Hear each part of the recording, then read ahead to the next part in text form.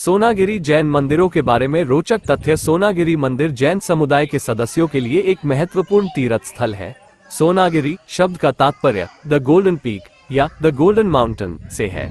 चूंकि इस क्षेत्र को स्वर्णगिरी या स्वर्ण पर्वत कहा जाता है, इसलिए कोई भी इसकी अपेक्षा कर सकता है यहाँ सोने की परत चढ़ी इमारतों और स्मारकों को खोजने के लिए। हालांकि यह 103 जैन मंदिरों का घर है जो सभी सफेद रंगों में हैं, जबकि इनमें से 77 मंदिर पहाड़ियों पर स्थित हैं। 26 पर गांव का आधार स्थित है। जैन धर्म का दिगंबर संप्रदाय, जो सबके त्याग में विश्वास रखता है, मुक्ति पाने के लिए इन मंदिरों को बहुत पवित्र मानता है। ये मंदिर शत्रुंजय पर्वत, दतिया जिला, उत्तर मध्य प्रदेश में स्थित है। आध्यात्मिक महत्व। ये मंदिर आध्यात्मिक महत्व और स्थापत्य वैभव के लिए लोकप्रिय रूप से जाने जाते हैं। उन्हें इसलिए खास माना जाता है क्योंकि राजा नागनाथ कुमार और उनके 15 करोड़ शिष्यों को मोक्ष अर्थात जन्म और पुनर्जन्म का चक्र से मुक्ति प्राप्त हुआ। जो भक्त और अनुयायी तपस्या के मार्ग पर हैं, वे अपने उच्चतम लक्ष्य को प्राप्त करने के लिए आत्म अनुशासन और तपस्या का अध्ययन और अभ्यास करने के लिए यहाँ आते हैं।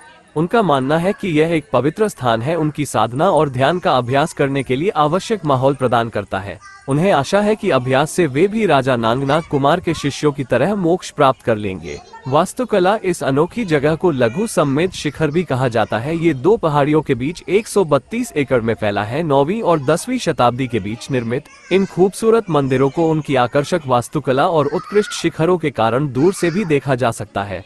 ढलानों पर एक चौड़े मुंह वाला पत्थर की पटिया काटकर बनाया गया है। ये बजनी शिला के लिए भी जाना जाता है, एक पत्थर जिस पर प्रहार करने पर धात्विक ध्वनि उत्पन्न होती है। जबकि दो मूर्तियां सफेद हाथियों की मंदिरों के मुख्य द्वार पर और मंदिर की दीवारों को स्वस्तिक के डिजाइन से सजाया गया है। हाथियों को शुभ प्रतीक माना जाता है, जबकि स्वस्तिक 7वें जैन तीर्थंकर सुपार्श्वनाथ का प्रतिनिधित्व करता है। 43 फुट ऊंचा विशाल मानस्तंभ तीर्थयात्रियों और पर्यटकों के लिए विस्मयकारी है और इसे अक्सर गरिमा का स्तंभ कहा जाता है। ये स्तंभ एक सामान्य विशेषता है सभी जैन मंदिरों में। परमात्मा उपदेश कक्ष के सामने जैन मंदिरों में पाए जाने वाले अधिकांश मानस्तंभों की तरह इस स्तंभ में भी तीर्थंकरों की छवियां हैं।